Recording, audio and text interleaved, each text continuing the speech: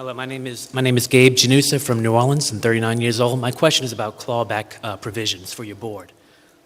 Like everybody, I imagine is trying to put together a board. Nobody wants to get screwed over. So if you have somebody on the board or the chairman that goes rogue or possibly tries to steal your deal, what can you do to claw back? You described them to a T. If you allow it through lack of leadership, they go rogue, which normally means they're going to steal the deal. And if the deal is talking to your chairman as opposed to you, the deal is going to go with your chairman because he's got 40 years experience, et cetera, et cetera. And the way to prevent that, one, you do not incorporate until you got, as I learned in the Onassis group, until the cake is baked, and then you can argue about how to slice the cake. Not deals that we're going to bring, but deals that we've got on the table. And the clawback, you're talking about clawback, the equity you gave them. Yeah, to buy well, them. you shouldn't be giving them equity until the companies incorporate.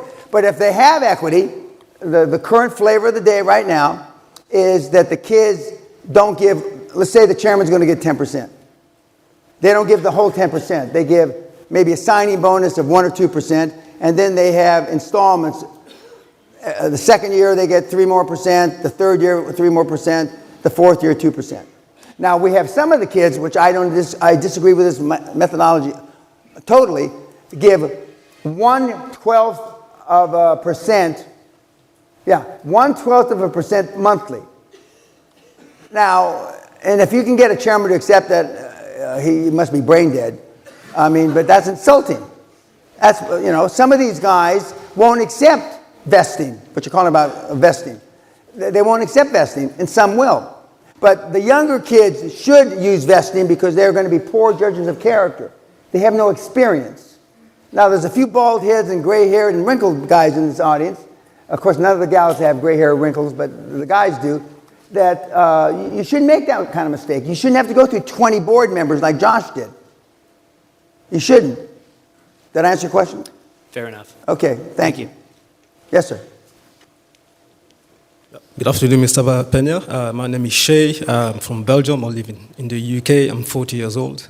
I'm currently forming a board, but I talk about the Whenever there's a but, I'm skeptical. Okay, but continue. Yeah. Now I'm just telling my progress anyway. So my question is around which one industry that I'm interested in, the aerospace industry. So I wanted to know your thought on it. The aerospace industry. Aerospace. Yeah. It's hot, but I mean, there's the aerospace engineering for small subcontractors. I won't say easily rolled up, but they're easily rolled up. You're not going to be, I used to say this before the guy at Boeing got thrown out. You're not going to be rolling up Boeing, etc.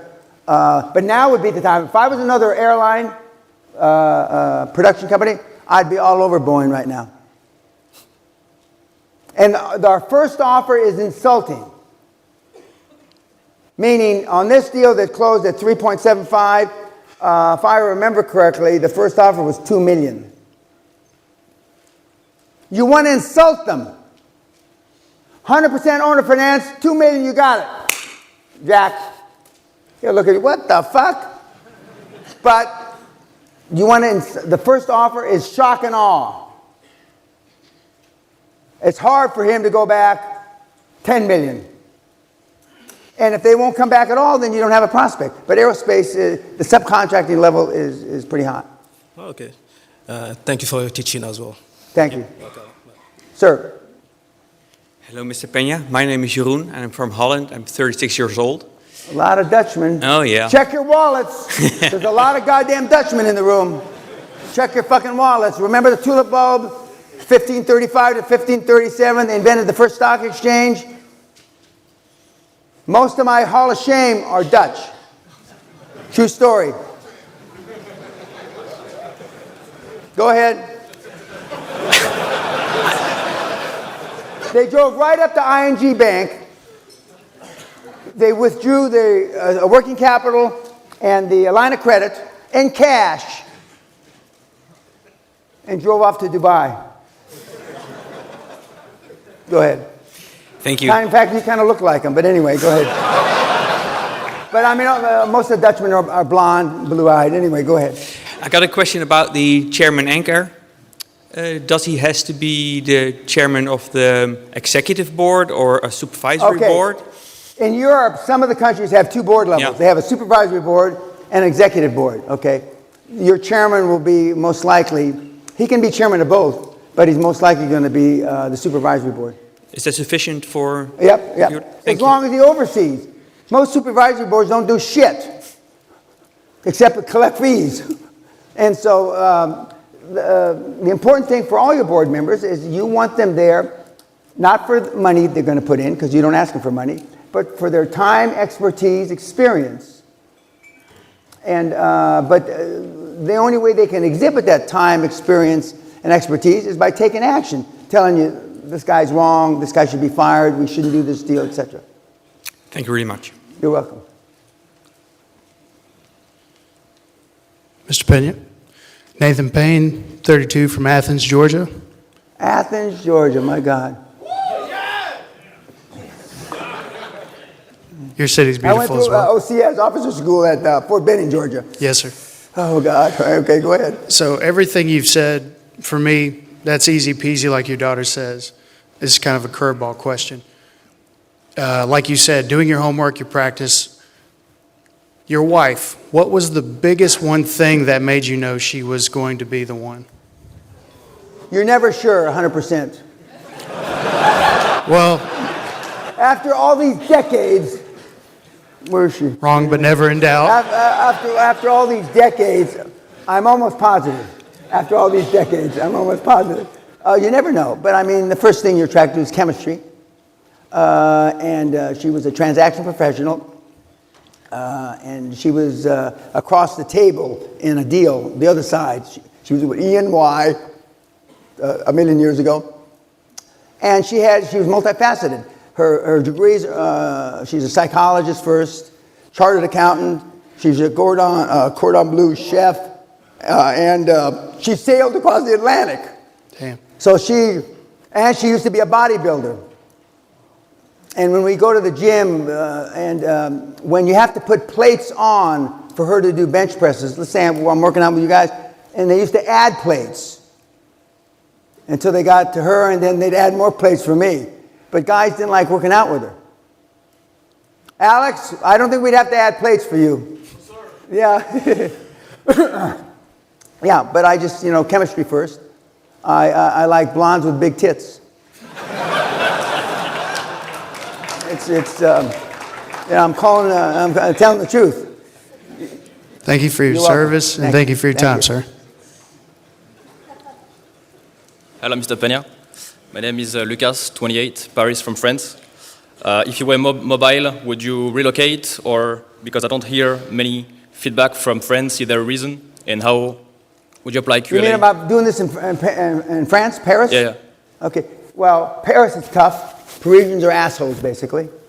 And I went to school in France, so as a little kid, but I also went to school in Germany. But it's easier outside of France.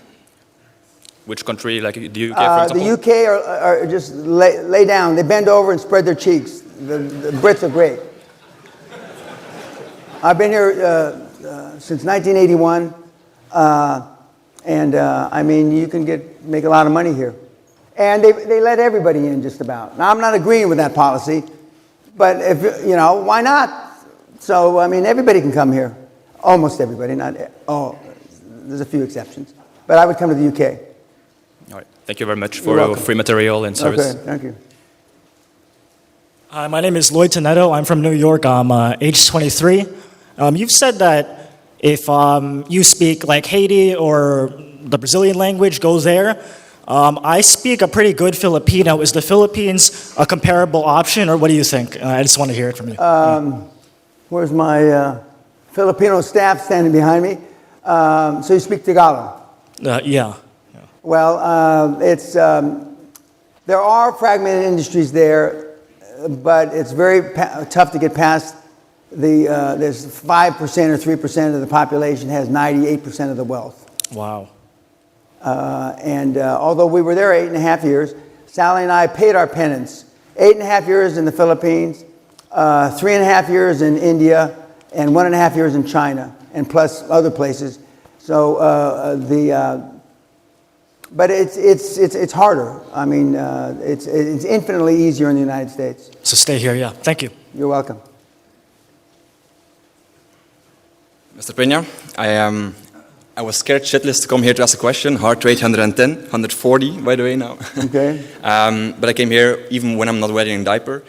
But I have a question. I started a business in healthcare, nutrition in particular, and I'm very passionate, believe in it. It has it's not high revenue yet, but my business partners are not really engaged and they're dragging me backwards. I have a minority share. Should I apply well, the if you got a QLA? minority share. Well, 39%. So I have the most share of the three. Should I what go? What do they have? 33 and 21. Well, I mean, but you don't have control. And I like to tell you that it'd be easy to buy them out, but it isn't easy. Unless you have a push-pull agreement, which most people don't, meaning you agree when you start the company and some formula to value the business. When you fall out of love 5 years down the road, and then either I push the deal on you or you pull it from me, but it's the same price. And most people don't have these push-pull agreements, although you can Google them. I mean, they're prevalent around the world. But I'd look at, if you can't buy them out, I'd start another business on my own. Yeah. All right. Thank you. You're welcome.